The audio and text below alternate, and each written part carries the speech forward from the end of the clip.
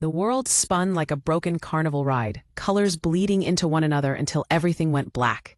When Jonah and Joanne's eyes fluttered open, they found themselves lying on cold, damp earth beneath a canopy of stars, brighter than any they'd ever seen through the smog of their modern city. "Joe, where are we?" Jonah whispered, his voice hoarse as he helped his twin sister to her feet. The air smelled different, cleaner, yet earthier, with hints of wood smoke and something else he couldn't identify. Joanne brushed dirt from her jeans, grateful she'd been wearing her hiking boots when whatever had happened to them occurred. "I don't know, but look at those constellations. They're different somehow." She paused, studying their surroundings. "And where are all the lights, the city sounds?" Before either could process their situation further, torchlight flickered through the trees. Voices approached, speaking in a dialect that sounded almost like English but felt ancient, formal. "By the sacred oak, what manner of beings are these?" a gruff voice called out. 3 figures emerged from the darkness, 2 men in rough-spun tunics, and a woman in a long, hooded cloak. Their faces, illuminated by torchlight, showed a mixture of wonder and terror as they took in the twins' strange clothing and fair complexions. "Peace, good people," Jonah said, raising his hands in what he hoped was a universal gesture of non-threat. "We mean no harm. We're lost." The older man, clearly their leader, dropped to his knees. "Forgive us, divine ones. We did not recognize you at first sight." The others quickly followed suit. "Divine ones?" Joanne exchanged a confused glance with her brother. "No, we're just—" "Your garments," the woman breathed, still kneeling. "They shine with otherworldly light. And your speech, it carries the music of the heavens." Jonah looked down at his reflective running jacket and Joanne's athletic wear, both made with moisture-wicking fabric that must seem magical in firelight. Their modern dental work would make their smiles appear unnaturally perfect, and their general health and nutrition would be evident in their bearing. "Please, rise," Joanne said gently. "What year is this? What land?" "Year?" The leader looked puzzled. "It is the 15th year of King Aldric's reign, Divine One. This is the realm of Thornwick, in the borderlands near the Whispering Woods." The twins shared another look. No King Aldric existed in their timeline. Somehow, impossibly, they had traveled not just through space, but through time. As dawn broke over the medieval village of Thornwick, word of the divine twins had spread like wildfire. Jonah and Joanne found themselves in the center of a growing crowd, all maintaining a respectful distance while murmuring prayers and leaving offerings of bread, flowers, and carved trinkets. "Brother," Joanne whispered in modern English, hoping the villagers wouldn't understand, "we need to figure out what's happening to us, and I'm getting really hungry." Jonah nodded, then addressed the crowd. "Good people of Thornwick, we thank you for your reverence, but we require sustenance and shelter to continue our holy work." The village elder, a weathered man named Godwin, stepped forward. "Of course, blessed ones. We have prepared our finest chamber for your rest, and our best cook tends to your morning meal." As they were escorted through the village, Joanne noticed how the people's eyes followed their every movement, how mothers lifted children to catch a glimpse of them, how men removed their caps and women curtsied low. The weight of their misplaced divinity settled heavily on both their shoulders. Strong in the modest but clean chamber they were given, away from prying eyes, something extraordinary happened. Joanne felt a strange tingling in her hand, and suddenly she was holding her smartphone, the very one she'd had in her pocket when they'd somehow been transported here. "Strong, Jonah," she gasped, "look!" Her brother turned, his eyes widening as he saw the familiar device. "How is that possible?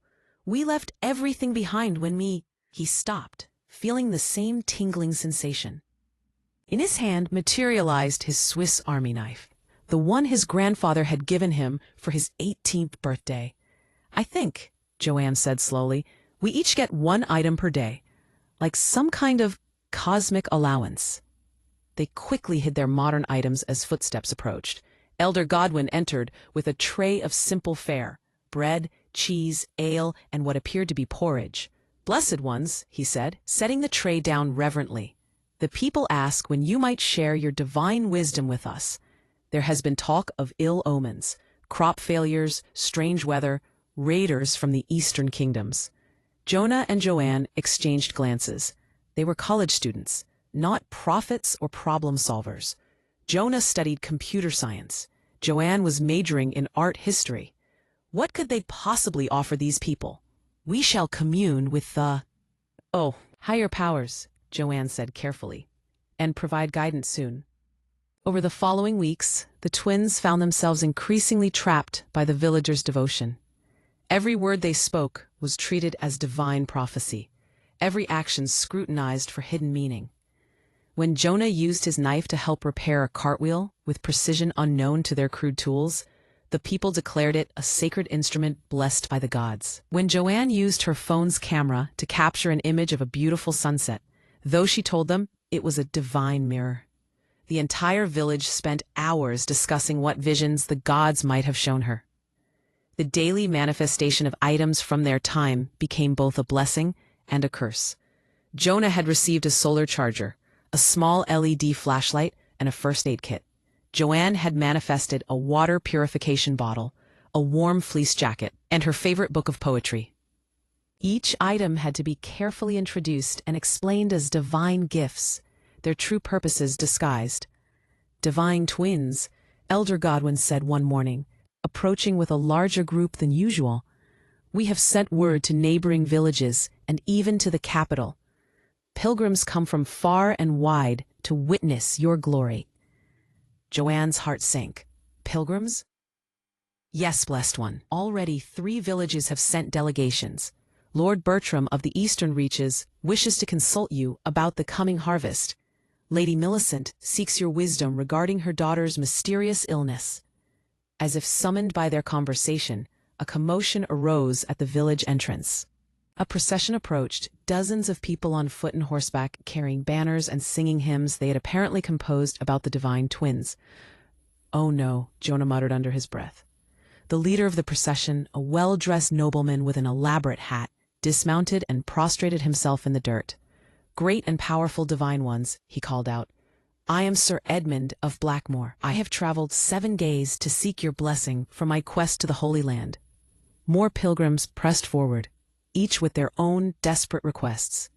A farmer begged for rain, a merchant sought protection from bandits, a mother pleaded for her sick child. The twins found themselves overwhelmed by the sheer weight of human suffering and expectation. That evening, in the privacy of their chamber, they held a crisis meeting. This is getting out of hand, Joanne said, pacing the small room.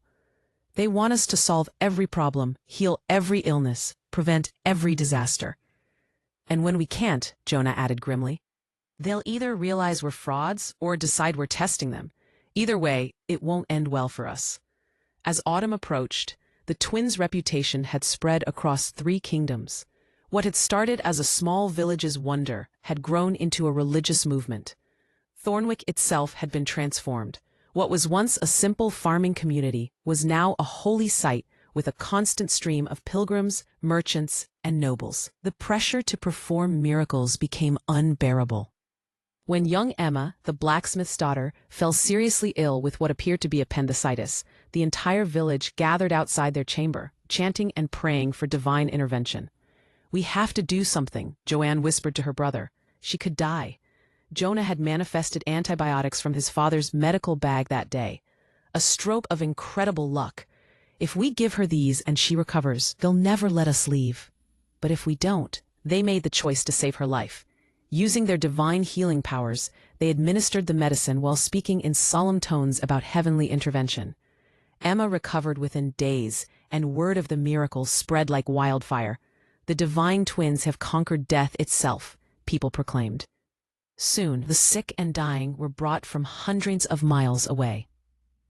The twins managed to help some with their limited modern supplies, antiseptic for wounds, pain relievers, basic medical knowledge, but they couldn't save everyone. When people died despite their efforts, the believers explained it as the gods' mysterious plan, which only strengthened their faith. The worship became increasingly elaborate. Statues were carved in their likeness, placed in a hastily built shrine. Festivals were declared in their honor. People began to claim they could see holy auras around the twins, that their food tasted like ambrosia, that their words could predict the future. Brother Divine, Elder Godwin announced one morning, using the formal titles the Pilgrims had invented. The Archbishop of Ravenshollow wishes to declare you and Sister Divine as saints. He speaks of building a great cathedral here, making Thornwick a destination for the faithful across all lands. The twins' blood ran cold. Saints, cathedrals. This had gone far beyond their worst nightmares. Winter brought a darker turn to their worship. A sect of believers, calling themselves the Purifiers, arrived, claiming that only those who had been personally blessed by the twins were worthy of eternal salvation. They began driving away pilgrims they deemed unworthy, sometimes with violence. Divine Ones, their leader, a wild-eyed priest named Brother Marcus, declared, "We must cleanse this holy site of the impure. Only the most devoted should be permitted in your presence." Jonah tried to intervene. "All people are worthy of—" "Yes," Brother Marcus interrupted, his eyes blazing with fervor. "Exactly as you say. All people should be purified by your divine judgment. Those who fail the test of faith should be removed." The twins watched in horror as their supposed followers began to segregate pilgrims, demanding increasingly extreme displays of devotion. People were made to fast for days, to give up all their possessions, to publicly confess their sins. Those who protested were branded as heretics. Another faction, the Eternalists, became convinced that the twins were immortal gods who could grant eternal life to their most faithful servants. They began preserving everything the twins touched: clothes they had worn, cups they had drunk from, even their bath water, believing these items held magical properties. "Sister Divine," whispered Matilda, a young woman who had become their unofficial caretaker. "The Eternalists say they will preserve your bodies after your ascension. They've prepared golden coffins and speak of sacred rituals to maintain your forms for all time." Joanne shuddered. Our bodies. They believe you will shed your earthly forms, but that the sacred vessels should be maintained for worship. Brother Marcus argues with them constantly. He says you'll take your bodies with you when you return to heaven. Our bodies. The arguments between the factions grew violent. Street fights broke out between Purifiers and Eternalists, each side claiming to understand the twins' true divine nature. The local lord, overwhelmed by the chaos, sent word to the king requesting intervention. King Aldrich's summons arrived on a day when frost covered the ground and tensions in the village had reached a breaking point.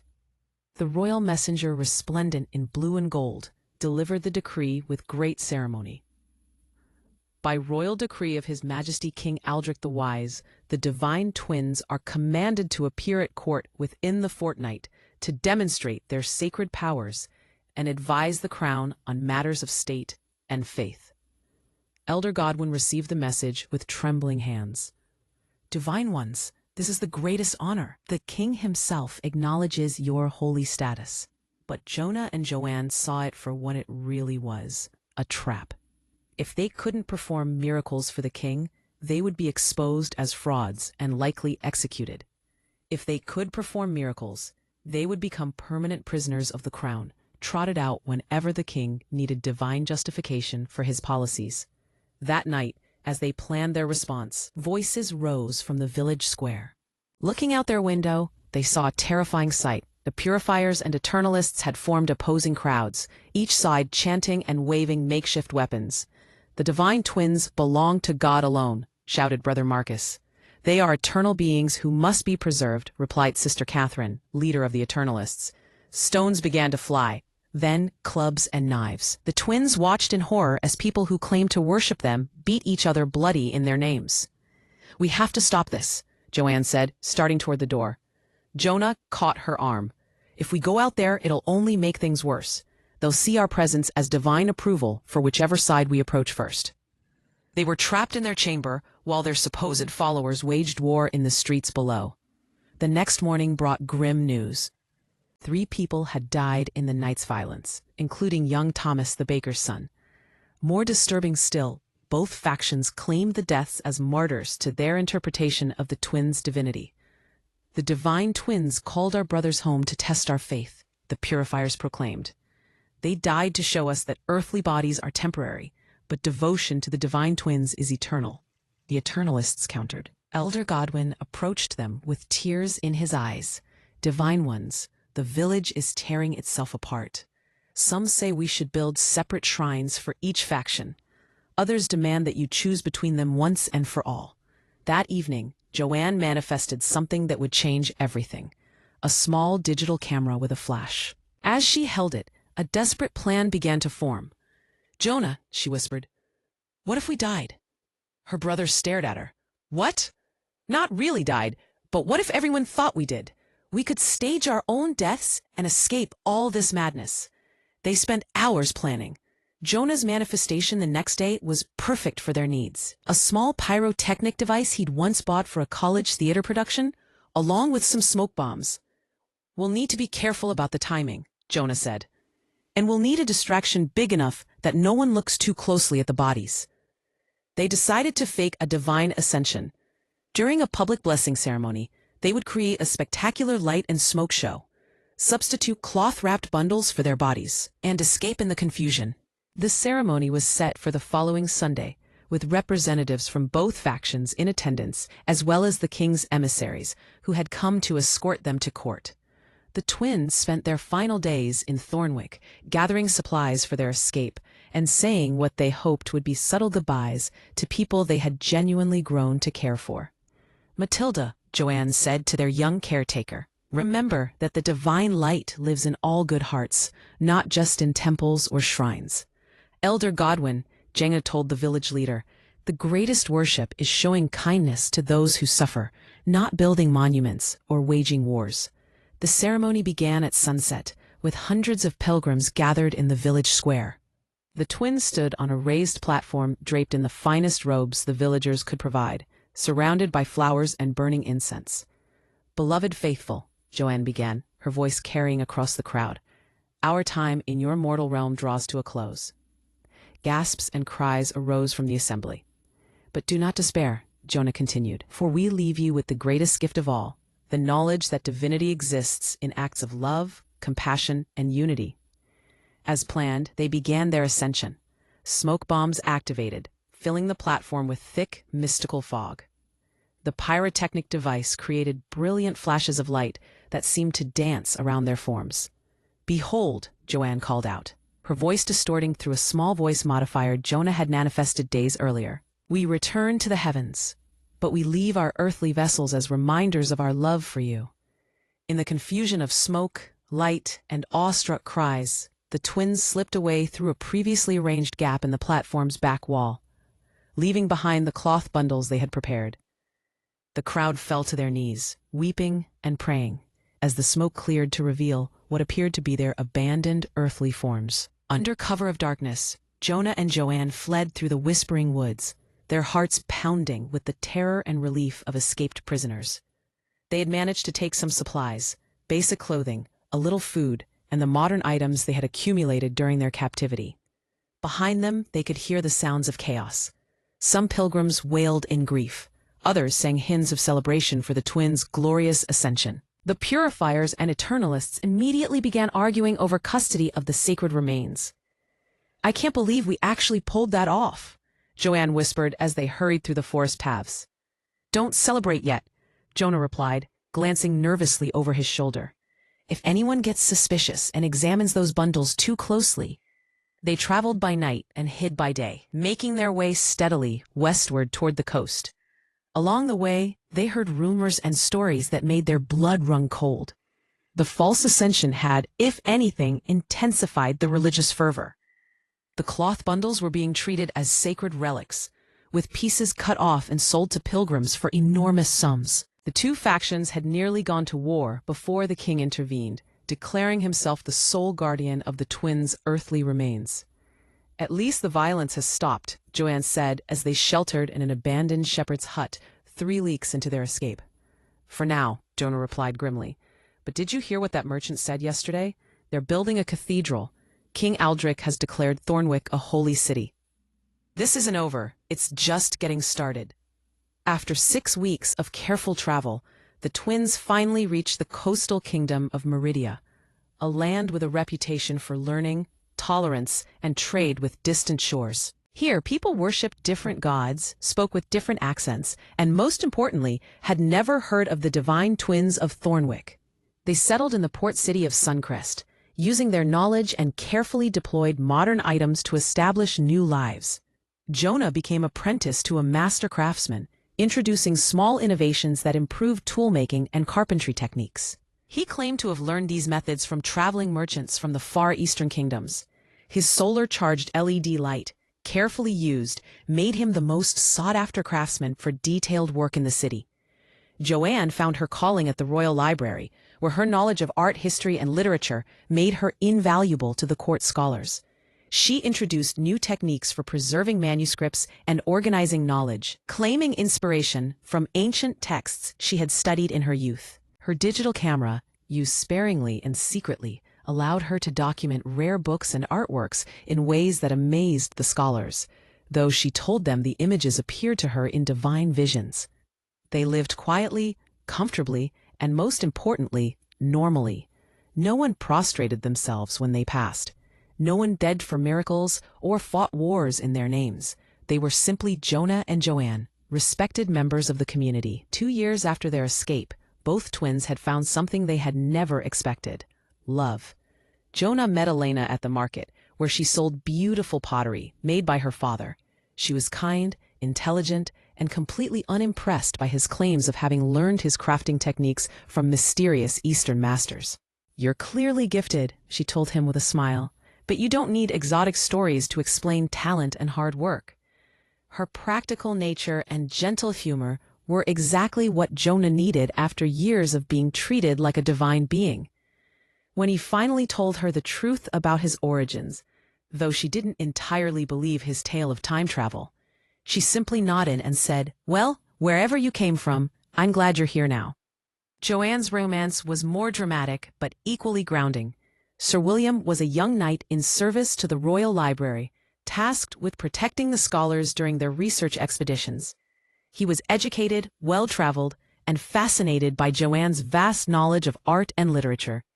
"You speak as if you've seen the great works of masters who lived centuries apart," he once mused as they walked through the castle gardens. "Sometimes I think you must be older than you appear, like a wise woman from the fairy tales." "Maybe I am," Joanne replied with a mysterious smile, enjoying the irony. William's courage and integrity reminded her that not all devotion was dangerous. Sometimes it could be as simple as a man bringing her flowers because they reminded him of a smile, or staying up late to help her catalog manuscripts because he enjoyed her company. Their peaceful life in Suncrest was occasionally disrupted by news from the east. Merchants and travelers brought stories of the continuing religious upheaval in Thornwick and the surrounding regions. The cult of the Divine Twins had fractured into dozens of sects, each claiming to possess the true interpretation of their teachings. Some groups had become peaceful, focusing on charity and community service as expressions of devotion to the twins' message of compassion. But others had grown more extreme. The seekers spent their lives searching for signs that the Divine Twins had returned to Earth. The awakened claimed that only through perfect imitation of the twins' actions could one achieve divine enlightenment. Most disturbing were the returners, who believed that sufficient sacrifice and devotion would compel the Divine Twins to come back to Earth. Several villages had been abandoned as entire populations joined mass pilgrimages to various sites where the twins supposedly appeared in visions. "Do you ever feel guilty?" Joanne asked her brother one evening as they sat on the harbor wall, watching ships come and go, "about what we started?" Jonah skipped a stone across the water. "Every day. But what else could we have done? We couldn't actually be the gods they wanted us to be. And staying would have meant living as prisoners, or worse. Sometimes I wonder what would have happened if we had just told them the truth from the beginning." "They would have burned us as demons or sorcerers," Jonah replied, without hesitation, "or decided we were gods in disguise testing their faith. There was no winning, Joe. At least this way we got out alive, and some of the groups actually seemed to be doing good work." End pause. 3 years after their arrival in Suncrest, both twins found themselves preparing for weddings within weeks of each other. The Royal Library had become like a second home, and the community of scholars, craftsmen, and courtiers felt more like family than any they had ever known. Jonah's wedding to Elena was a joyful affair held in the Cathedral of Suncrest, with the entire Craftsmen's Guild in attendance. Elena wore a dress of simple blue silk, and Jonah had crafted her a wedding ring, using techniques he had learned from his modern knowledge of metallurgy, creating a design that seemed to capture light in unique ways. "I still say you must have learned that from Eastern masters," Elena teased during their first dance, admiring how the ring seemed to glow in the candlelight. "The most important thing I learned in the East," Jonah replied, "was that home isn't a place, it's the people you choose to stay with." Joanne's wedding to Sir William was more elaborate, befitting his position at court, but equally heartfelt. She wore a gown gifted by the Queen herself, and William had commissioned a sword with their names engraved in gold. The ceremony was held in the royal chapel, with the king himself officiating.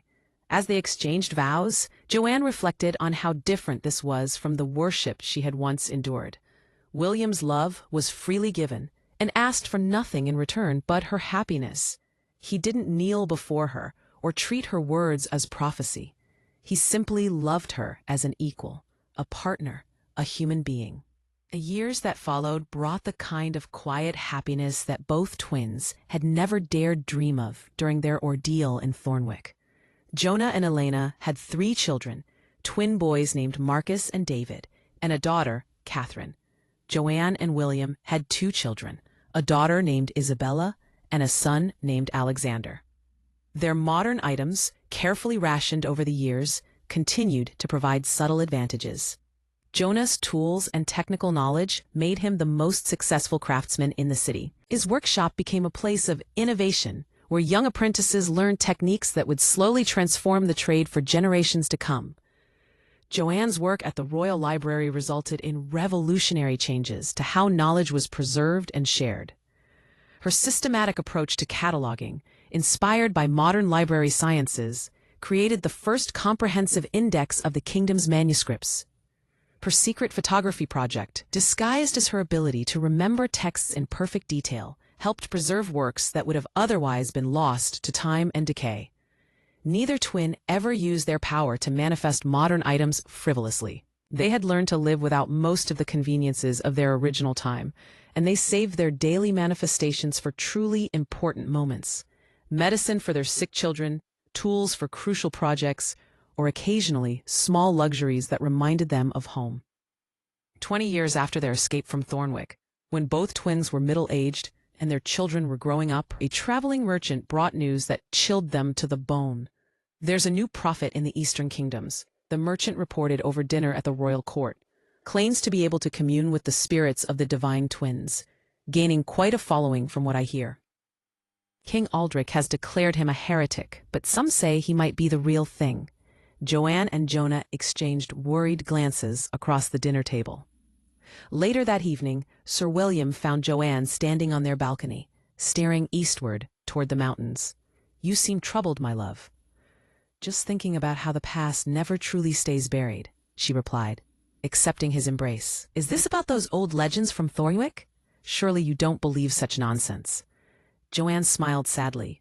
If only he knew how much she wished it were nonsense. Over the following months, more disturbing news arrived. The new prophet, calling himself Brother Matthias, claimed to have received visions of the divine twins' return. He was gathering followers and marching westward, claiming that the twins had appeared to him in dreams and commanded him to find their earthly reincarnations. "He's coming this way," Jonah told his sister privately. "And he's describing people who sound suspiciously like us, a brother and sister, skilled craftsmen and scholars, living in a coastal kingdom." The final straw came when a royal messenger arrived at William's door. Brother Matthias had requested an audience with the king, claiming that the divine twins had been reborn and were living in Suncrest itself. As Brother Matthias and his followers approached Suncrest, the twins faced an agonizing decision. They could flee again, abandoning the lives they had built, the families they loved, and the community that had become home.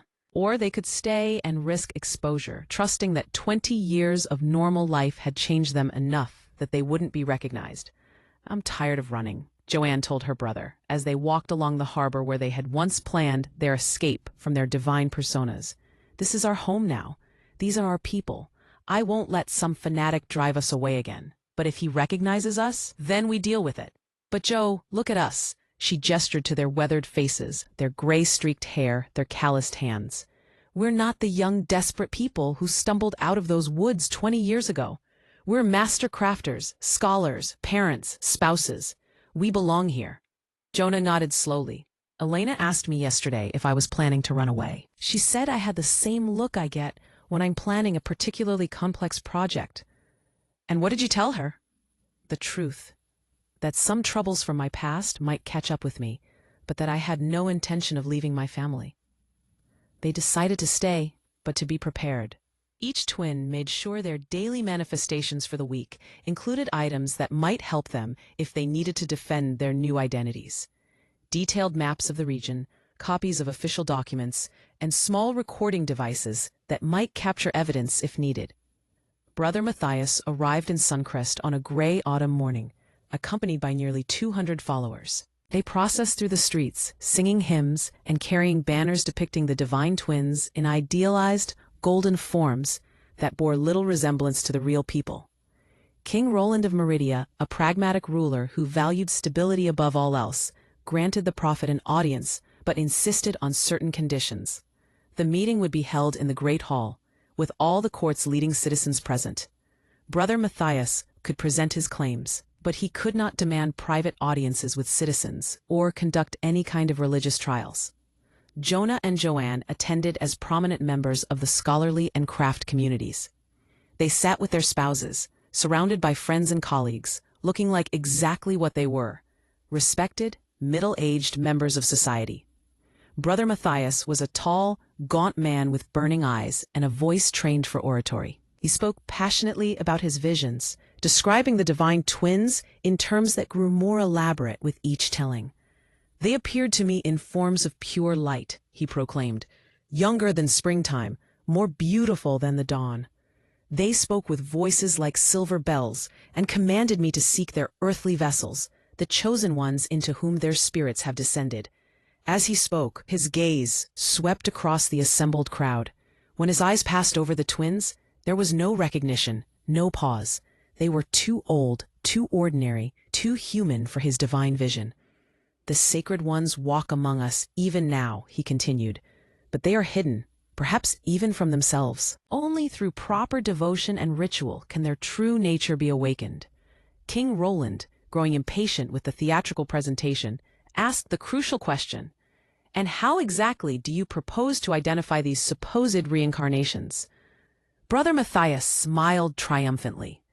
Through the sacred tests, Your Majesty. The true divine twins will be able to perform the miracles described in the holy texts. They will demonstrate their power over the elements, their ability to heal the sick, their knowledge of divine mysteries. What followed was perhaps the strangest week in Suncrest's history. Brother Matthias, with the king's reluctant permission, conducted his sacred tests in the castle courtyard, open to any citizen who wished to participate or observe. The tests were elaborate affairs involving prayers, ritual cleansings, and challenges designed to reveal divine power. Candidates were asked to demonstrate feeling abilities, prophetic knowledge, control over natural forces, and the ability to perform sacred crafts beyond mortal skill. Dozens of people participated, either out of genuine belief, curiosity, or the hope of gaining favor with the visiting prophet. The tests, predictably, revealed no divine reincarnations. Brother Matthias grew increasingly agitated as day after day produced no miraculous results. Perhaps the divine twins do not wish to be found, suggested Sir William diplomatically, when the prophet complained to the court about the lack of candidates. No, Brother Matthias replied fiercely, they are here. I feel their presence like fire in my bones. But the false believers, the unworthy, they pollute the sacred space and prevent the divine revelation. On the final day of testing, he made an announcement that sent chills down the twins' spines. Tomorrow, I will conduct the ultimate test. All citizens between the ages of 25 and 50 must present themselves. The divine twins cannot hide from the true sight of one who has been blessed with visions. That evening, As the twins sat with their families, the weight of their decision pressed down on them. They could not avoid the test without drawing suspicion, but submitting to it meant risking everything they had built. "Whatever happens tomorrow," Elena told her husband, "I want you to know that you're the best man I've ever known, mysterious Eastern training or not." William was more direct with his wife. "I don't know what you're afraid of, but I do know that you're the woman I chose to love. And no mad prophet can change that." The final test began at dawn, with Brother Matthias having spent the entire night in prayer and preparation. He had constructed an elaborate altar in the courtyard, surrounded by candles, incense, and religious artifacts. His followers formed concentric circles around the testing space, chanting and praying. Citizens filed past one by one, submitting to the prophet's intense scrutiny. He placed his hands on their heads, stared into their eyes, and performed various ritual actions. Each person was quickly dismissed as not the chosen vessel. When Jonah's turn came, he approached calmly, his family watching from the crowd. Brother Matthias placed both hands on his head and began to pray. For a long moment, the prophet was silent, his eyes closed in concentration. Then, suddenly, his eyes snapped open.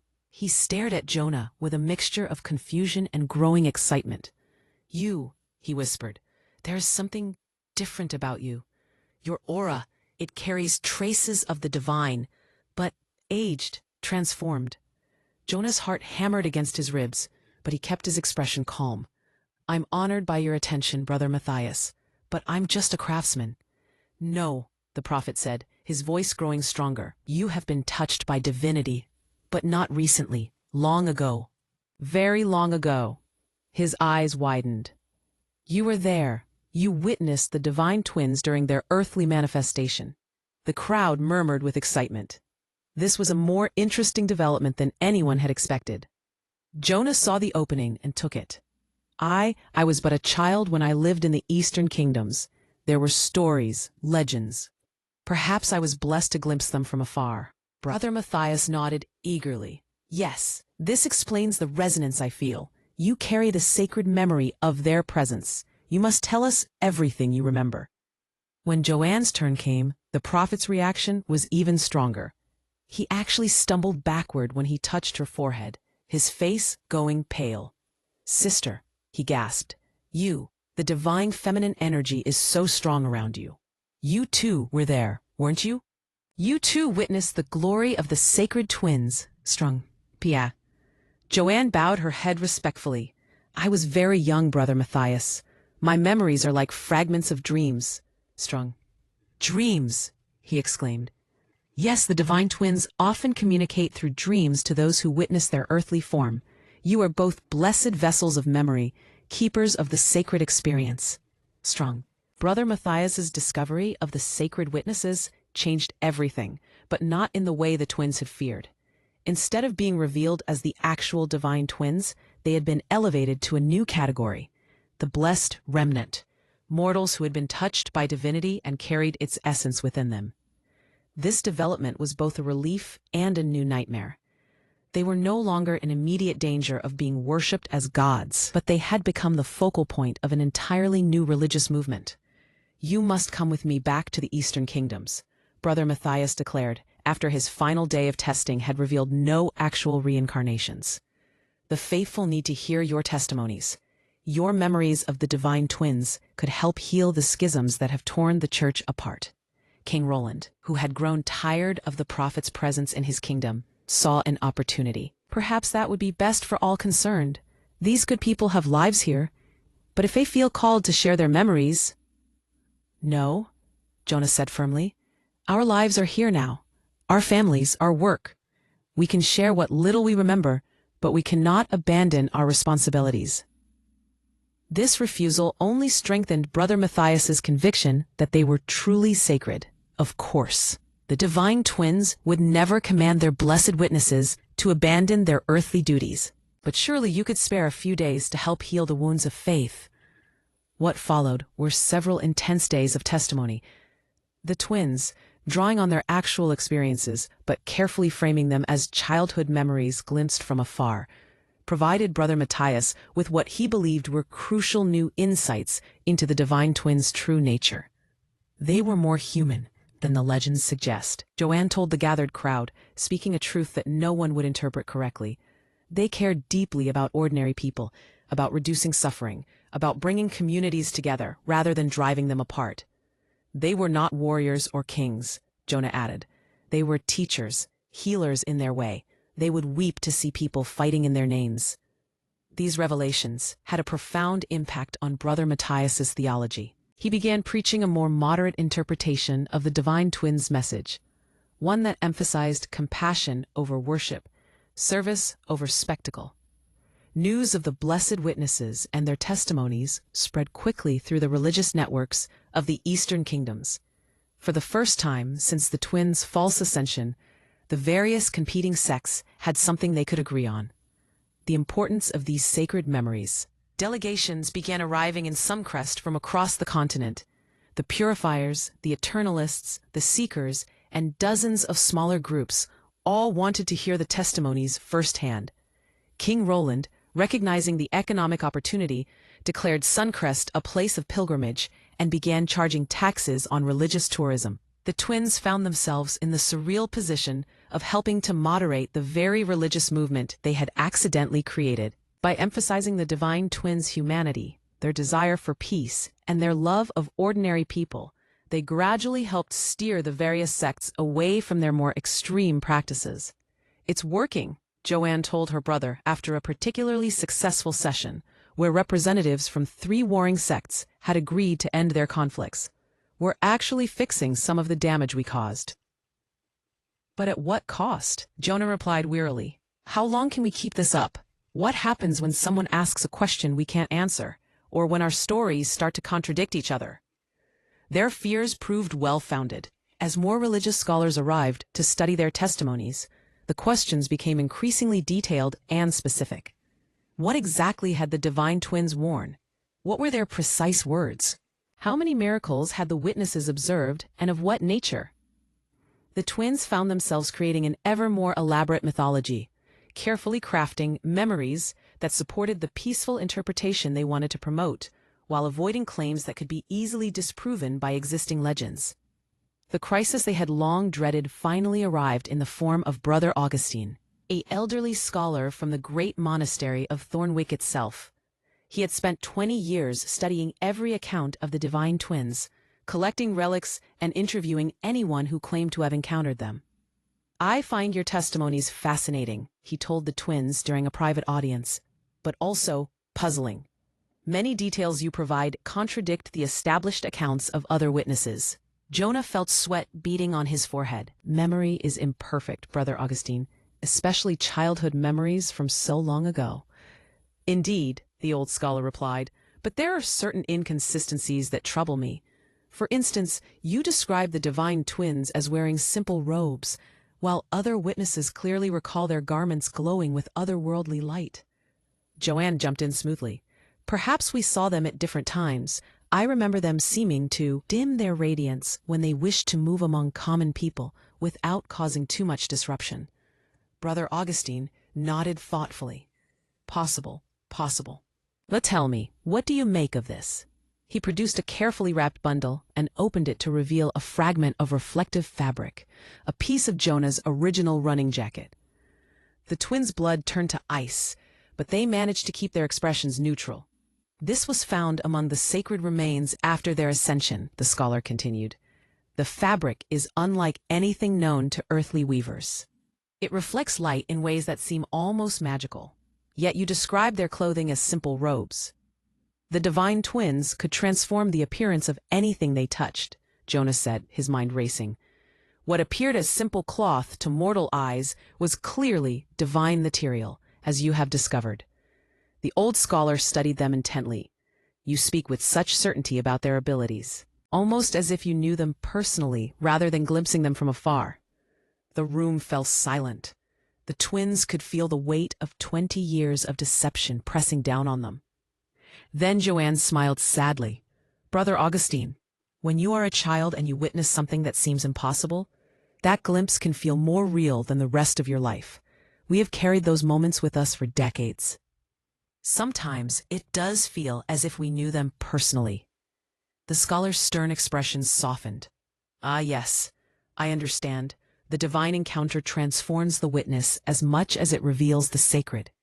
Your certainty comes from the depth of your spiritual experience, not from any earthly familiarity. They had passed the test, but barely. That night, both twins lay awake, wondering how much longer their luck could hold. After Brother Augustine's visit, the twins realized they were living on borrowed time. Each new religious delegation brought more sophisticated questions, more detailed scholarship, and greater risk of exposure. We need to end this, Joanne told her brother, as they walked along the harbor in the pre-dawn darkness.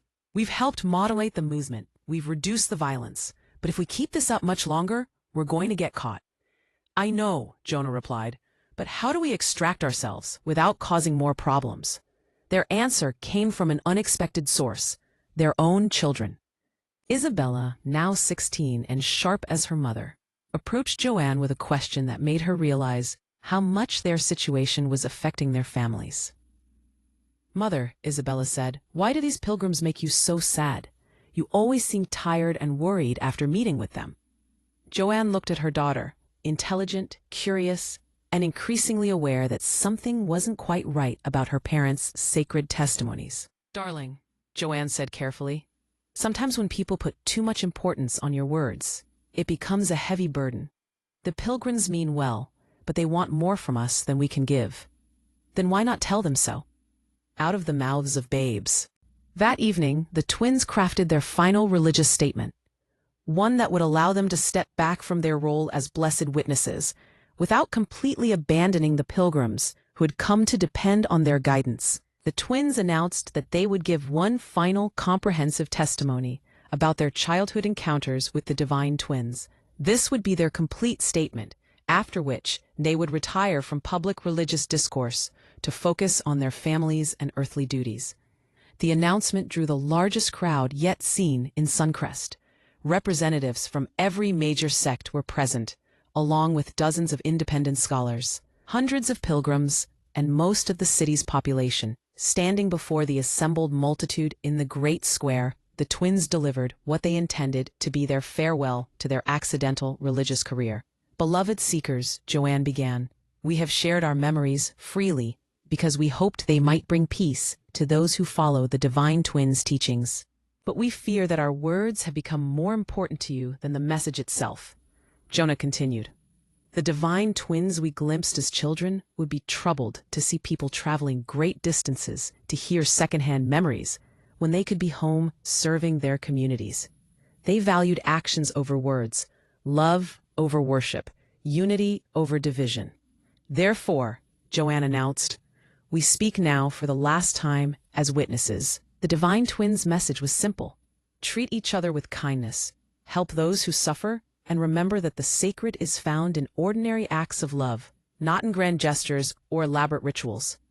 Seek the divine in your daily lives, Jonah concluded, not in distant pilgrimage sites or the words of those who claim special knowledge. We return now to our earthly duties as the divine twins would want us to do. The crowd received this announcement with a mixture of disappointment and reverence. Some wept, others applauded, but most seemed to understand that this was itself a form of sacred teaching. That true holiness meant knowing when to step back from the spotlight.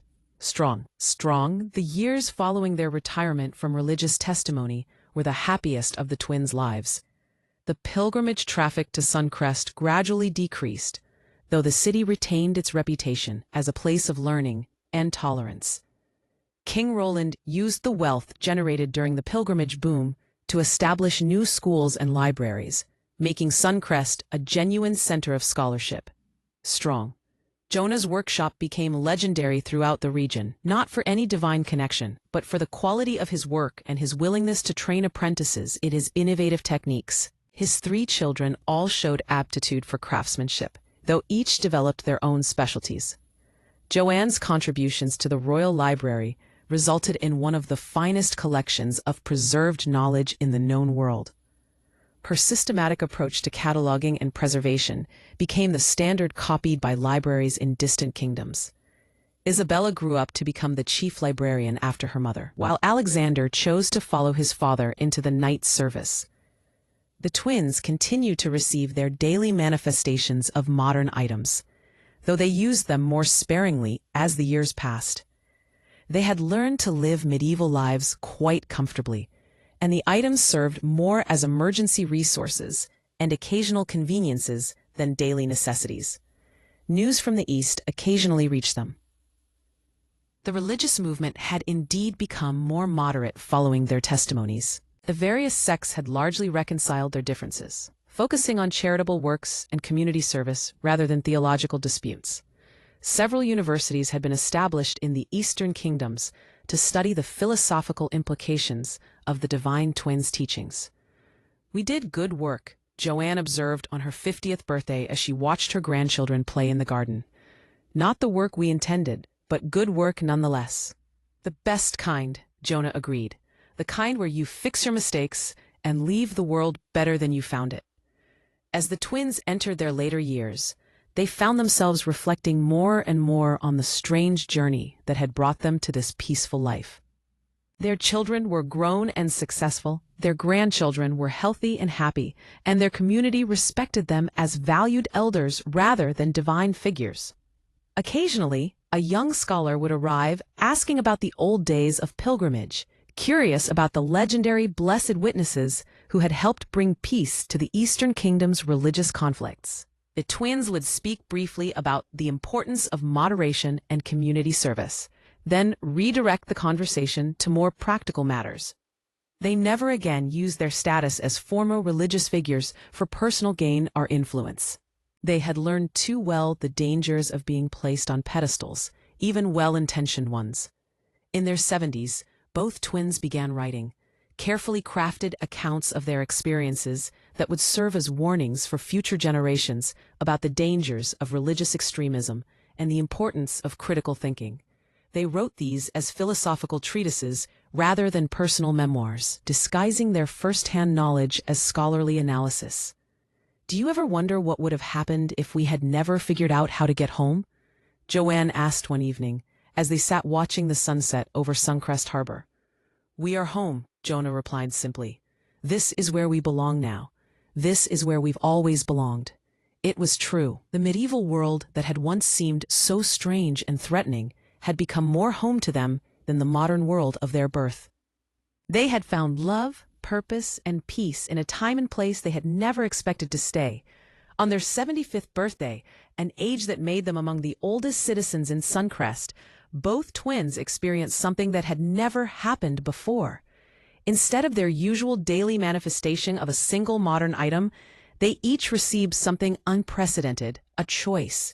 In their minds, they heard a voice, not divine, not mystical, but somehow familiar, like an echo of their younger selves. They could return to their original time and place with all their memories intact, or they could remain where they were, surrendering their manifestation power, but keeping the life they had built. The choice, when it came, was easier than either had expected. "I choose to stay," Joanne said quietly, and felt the strange tingling sensation that had marked their daily manifestations fade away forever. "I choose to stay," Jonah echoed, and experienced the same sense of a door closing behind him. They had given up their last connection to the world they had come from, but they felt no regret. They had found something more valuable than magic or miracles. They had found home. 20 years after the twins' peaceful deaths, Joanne at 92, Jonah at 94, the city of Suncrest erected a modest monument in their honor, not as religious figures or miracle workers, but as beloved citizens who had contributed greatly to their community's knowledge, craftsmanship, and wisdom. The inscription read simply, "Joanne the Scholar and Jonah the Craftsman." They served their community with skill, wisdom, and humility. They taught us that the greatest miracles are found in acts of daily kindness. Their children and grandchildren, now prominent citizens themselves, maintained the library and workshop traditions their parents had established. The innovations the twins had introduced spread slowly through the medieval world, improving lives in small but meaningful ways.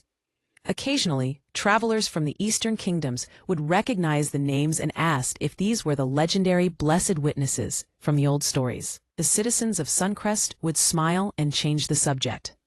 Some legends, they had learned, were better left as legends. In the royal library, carefully preserved among the most valuable manuscripts, sat two unusual volumes, philosophical treatises on the nature of religious experience and the importance of critical thinking. Scholars who read them found them remarkably insightful, noting how the anonymous authors seemed to understand the psychology of religious movements with unusual depth.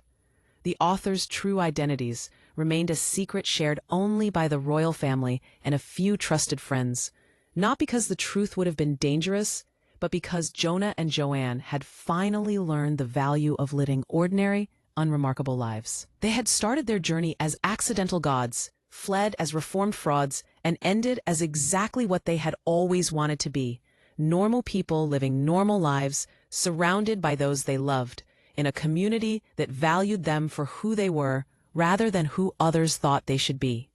And in the end, that was the greatest miracle of all.